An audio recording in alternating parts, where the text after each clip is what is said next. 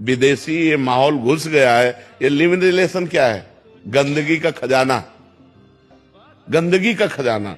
अरे हमारे यहाँ पवित्रता के लिए जान दे दी कि 4 जगह वो मुंह मार चुकी होती है, सब नहीं पर बहुत। और वो 25 साल की जब तक आती है तो पूरी जवान होके आती है। जब जवान होके आएगी तो स्वाभाविक है कि वो अपनी जवानी कहीं ना कहीं तो वो उसकी जवानी फिसल जाएगी या जाएगी। अरे ये लिव इन का, ये जो कुत्ते बिल्ली होते हैं गली में घूम रहे हैं ना, ये लिव इन में होते हैं असल में। साथ में कुछ समय रहे, बच्चा पैदा हुआ, फिर कुत्ते ने किसी और कुत्ते को चुना, कुतिया ने किसी और कुत्ते को चुना। ये तो कुत्ते बिल्लियों का कल्चर है बाबू। नमस्कार सभी को।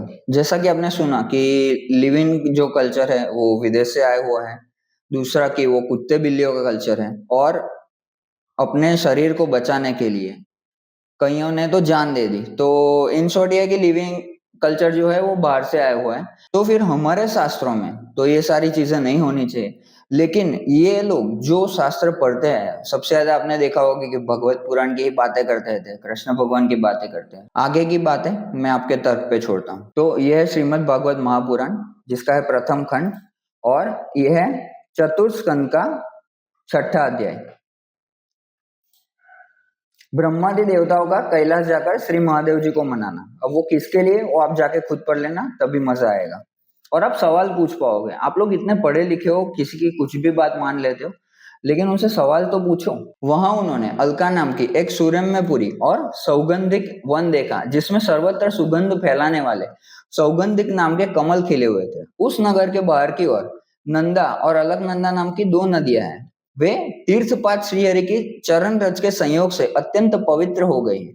विदुर जी, उन नदियों में रति विलास से थकी हुई देवांगनाएं अपने अपने निवास स्थान से आकर जल क्रीड़ा करती है और उसमें प्रवेश कर अपने प्रियतमों पर जल उलीचती है।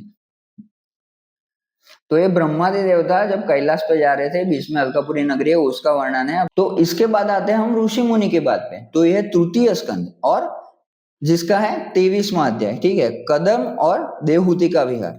श्री मैत्रेय जी ने कहा, विदुर जी, माता पिता के चले जाने पर पति के अभिप्राय को समझ लेने में कुशल साध्वी देवहूति कदम जी की प्रतिदिन प्रेम पूर्वक सेवा करने लगी, ठीक उसी तरह जैसे श्री पार्वती जी भगवान शंकर की सेवा करती है। उसने काम वासना, दंभ, द्वेष, लोभ, पाप और मद का त्याग कर बड़ी सावधानी और लग्न के साथ सेवा में तत्पर रहकर विश्वास, पवित्रता, गौरव, संयम, शुश्रूषा, प्रेम और मधुर भाषणी गुणों से अपने परम तेजस्वी पतिदेव को संतुष्ट कर लिया।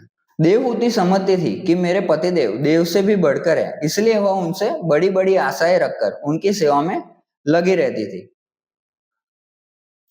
इस प्रकार बहुत दिनों तक अपना अनुवर्तन करने वाली उस मनुपुत्री को व्रतादि का पालन करने से दुर्बल हुई देख देवर्षि श्रेष्ठ कदम को दयावश कुछ खेद हुआ और उन्होंने उसे प्रेम गदगद वाणी में कहा।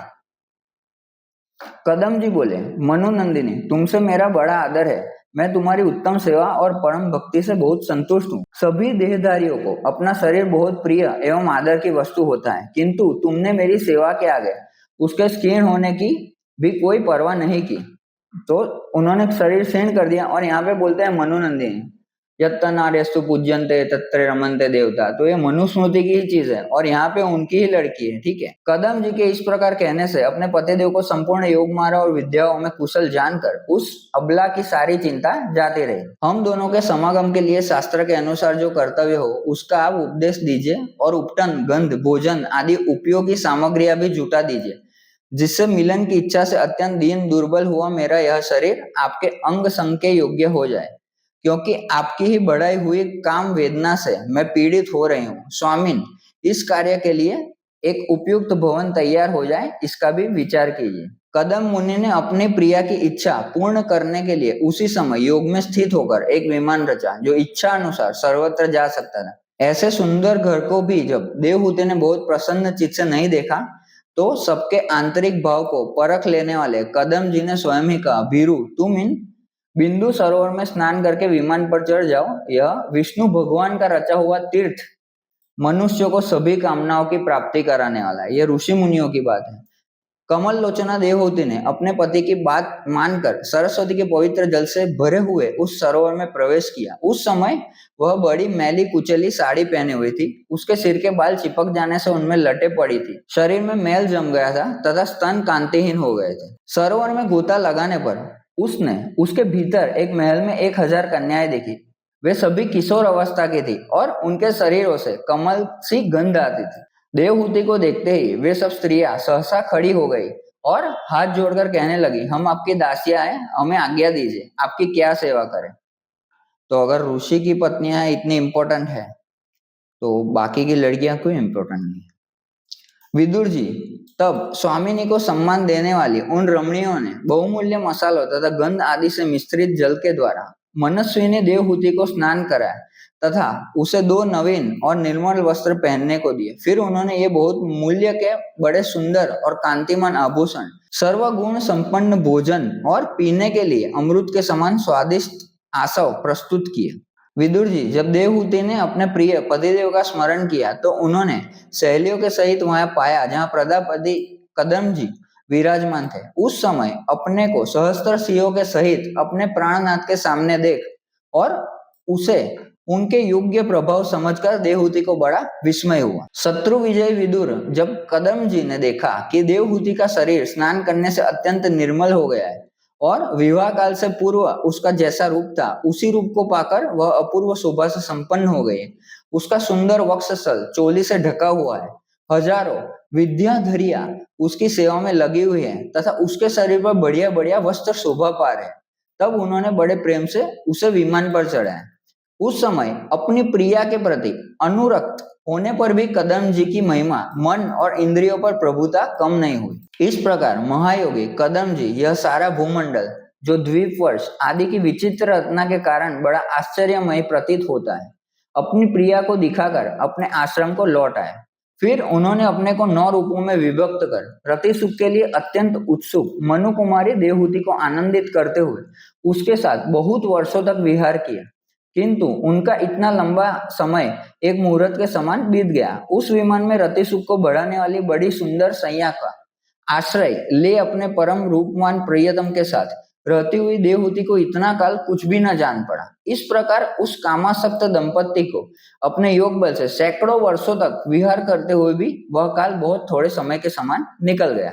आत्मज्ञानी कदम जी सब प्रकार के संकल्पों को जानते थे, अतः देवहूति को संतान प्राप्ति के लिए उत्सुक देख तथा भगवान के आदेश को स्मरण कर उन्होंने अपने स्वरूप के 9 भाग किए तथा कन्याओं की उत्पत्ति के लिए एकाग्र चित्त से अर्धांग रूप में अपनी पत्नी की भावना करते हुए उसके गर्भ में वीर्य स्थापित किया। इससे देवहूति को एक ही साथ 9 कन्याएं पैदा हुई। वे सभी सर्वांग सुंदरी और उनके शरीर से लाल कमल सी सुगंध निकलती थी। फिर उनको 9 कन्याएं होती है और उनका मारीच आदि ऋषियों से विवाह होता है। तो ये ऋषि मुनियों की काम की बातें थी, ये ऋषि मुनियों की जो लीला है उनकी बात थी। और अगर आप लोगों के हिसाब से लिव इन रिलेशनशिप गलत है तो ये भागवत जो फोर्सफुली मतलब बलात्कार जिसे कह सकते हैं उसके बारे में क्या कहता है ये जानते हैं। ये है श्रीमद् भागवत पुराण का 10वां स्कंद और उसमें 65वां अध्याय है श्री बलराम जी का ब्रजगमन। परीक्षित भगवान बलराम जी नाना प्रकार से अनुन विनय करने में बड़े निपुण थे। उन्होंने भगवान श्री कृष्ण के हृदय स्पर्शी और लुभावने संदेश सुनाकर गोपियों को सांत्वना दी और वसंत के 2 महीने चैत्र और वैशाख वहीं बीताए। वे रात्रि के समय गोपियों में रहकर उनके प्रेम की अभिवृद्धि करते, क्यों न हो भगवान राम ही जो ठहरे। तो यहाँ पे बलराम जी कृष्ण भगवान के भाई है और भगवान राम भी है। वो क्या कर रहे हैं उस समय कुमुदिनी की सुगंध लेकर भीनी भीनी वायु चलती रहती थी। पूर्ण चंद्रमा की चांदनी छिटक कर यमुना जी के तटवर्ती उपवन को उज्जवल कर देती और भगवान बलराम गोपियों के साथ वहीं विहार करते। वरुण देव ने अपनी पुत्री वरुण देवी को वहां भेज दिया था। वह एक वृक्ष के खोडर से बह निकली। उसने अपनी सुगंध से सारे वन को सुगंधित कर दिया। मधुधारा की वह सुगंध वायु ने बलराम जी के पास पहुंचाई, मानो उसने उन्हें उपहार दिया। उसकी महक से आकृष्ट होकर बलराम जी गोपियों को लेकर वहां पहुंच गए और उनके साथ उसका पान किया। ठीक है, वरुण देव वारुणी आप जानते ही हो किसकी बात हो रही है। तो फिर आ गए। उस समय गोपियां बलराम जी के चारों ओर उनका चरित्र गान कर रही थी और वे मतवाले से होकर वन में विचर रहे थे। उनके नेत्र आनंद मद से विह्वल हो रहे थे, गले में पुष्पों का हार शोभा पा रहा था। सर्वशक्तिमान बलराम जी ने जल क्रीड़ा करने के लिए यमुना जी को पुकारा, परंतु यमुना जी ने यह समझकर कि ये तो मतवाले हो रहे हैं, उनकी आज्ञा का उल्लंघन कर दिया, वे नहीं आई।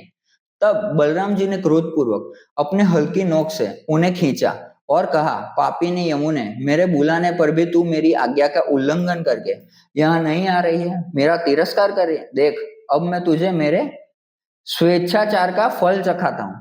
अभी अभी तुझे हल्की नोक से 100 टुकड़े किए देता हूँ।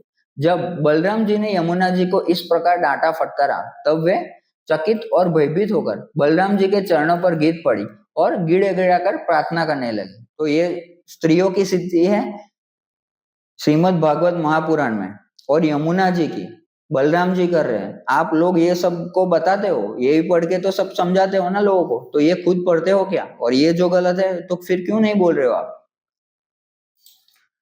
लोकाभिराम बलराम जी, महाभाव, मैं आपका पराक्रम भूल गई थी, जगत पते। अब मैं जान गई कि आपके अंश मात्र शेष जी इस सारे जगत को धारण करते हैं।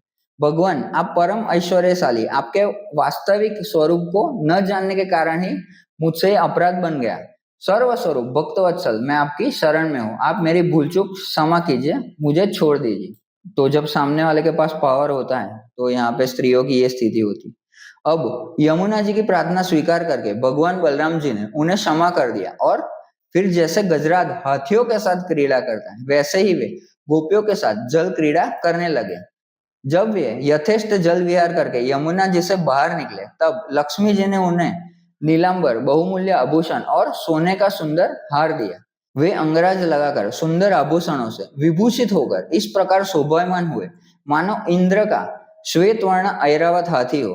परीक्षित यमुना जी अब भी बलराम जी के खींचे हुए मार्ग से बहती है, और वे ऐसी जान पड़ती है मानो अनंत शक्ति भगवान बलराम जी का यशगान कर रही हो। तो एक तो कोई वारोणे पी लेता है, फिर उसके बाद में जबरदस्ती बुलाता है, फिर जल क्रीड़ाएं होती है, और उसके बाद में भी गुणगान गाना पड़ता है। तो यहाँ पे तो ये चीजें लिखी गई है। बलराम जी का चित्त व्रजवासिनी गोपियों के माधुर्य से इस प्रकार मुग्ध हो गया कि उन्हें समय का कुछ ध्यान ही न रहा। बहुत सी रात्रियां एक रात के समान व्यतीत हो गई। इस प्रकार बलराम जी व्रज में विहार करते रहे। तो ये था आपके लिए श्रीमद् भागवत महापुराण। आप किसी की बातों को भी मत मान लो, खुद जाके पढ़ लो, और फिर जो देखो कि ये लोग कहाँ से सुन के आते हैं, कहाँ से पढ़ के आते हैं, और किसको क्या बोलते हैं, या खुद भी ये लोग जानते हैं कि नहीं जानते। तो ये पुरुषों द्वारा नियोजित समाज है। अब तक स्त्रियों को हमने कोई सम्मान नहीं दिया, और अगर हम स्त्रियों को सम्मान देना चाहते हैं तो हमें पूरी नैतिक धारणाओं को, मर्यादाओं को रूपांतरित करना होगा। तो जैसा कि आपने पढ़ा कि वाणी भी छीन ली गई, पति परमेश्वर है, तुम दासी हो, और दासियों को थोड़ी कोई बोलने का हक होता है, तो उनको तो बोलने देना होगा। और वो तभी बोल पाएंगी कि जब हम ये देखेंगे कि ये सारी अतीत की बात है, जो पुरानी बात है वो बहुत ही अमानवीय है बहुत सारे तरीकों से, तभी वो कुछ कह पाएंगी या कर पाएंगे। और इन सारी चीजों में कोई वो चीज नहीं है कि कितने ही बड़े ऋषि मुनियों के समर्थन हो, या फिर किस भगवान ने कहा, किस किताब में लिखा, क्या लिखा है क्या नहीं। पर एक आखिर में आप देखो कि इन सारी चीजों के बलबूते पे ये सारे समाज को गठित करना चाहते हैं, उन्हीं में बांधना चाहते हैं, और खुद उन्हीं चीजों में क्या लिखा हुआ है वो आपको पढ़ना चाहिए। पहले तो आप पहले वो पढ़ लो, फिर बाद में परीक्षा करो किसी की, अपने तर्क पे सारी चीजें बिठाओ, फिर आगे किसी के जाके हाथ जोड़ो, पैर पड़ो, कुछ भी करो, भक्ति करो। सरेंडरनेस ही सबसे बड़ी बात है, समर्पण ही सबसे बड़ी बात है। लेकिन वो किसके सामने कर रहे हो, कैसे कर रहे हो, किससे कर रहे हो, वो भी तो जानना होगा। क्या सामने वाले की पात्रता है? जो बोलता है कि मैं इतने साल घुमा हूं, हमने ये पढ़ा है, हमने वो पढ़ा है, लेकिन चार चीजें जब आप हमसे पूछते हो, एक तो पूछ ही नहीं पाते हो, और जब पूछते हो तो भी उल्टा पुल्टा जवाब मिलता है। तो बस इतनी सी बात थी। आप भी ये सारी चीजें पढ़े और जागरूक बने। मिलते हैं अगली वीडियो में, जो कि होने वाली है महाभारत पर। हर हर महादेव।